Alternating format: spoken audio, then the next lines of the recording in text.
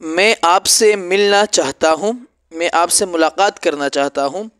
تو عربی لینگویج میں ہم کہیں گے کہ اريد ان اقابلک، اريد ان اقابلک، میں آپ سے ملاقات کرنا چاہتا ہوں.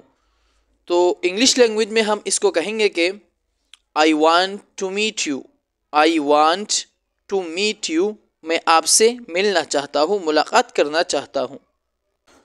وہ ہم سے دور رہتا ہے، یعنی وہ ہم سے دور زندگی گزار رہا ہے، اس کا گھر یا اس کا ٹھکانہ جہاں وہ زندگی بسر کر رہا ہے وہ دور ہے.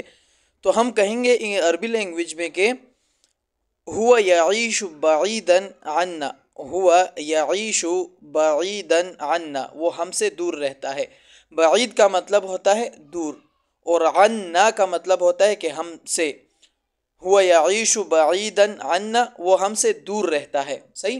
انگلش لینگویج میں ہم کہیں گے کہ he lives away from us، he lives away from us، وہ ہم سے دور رہتا ہے.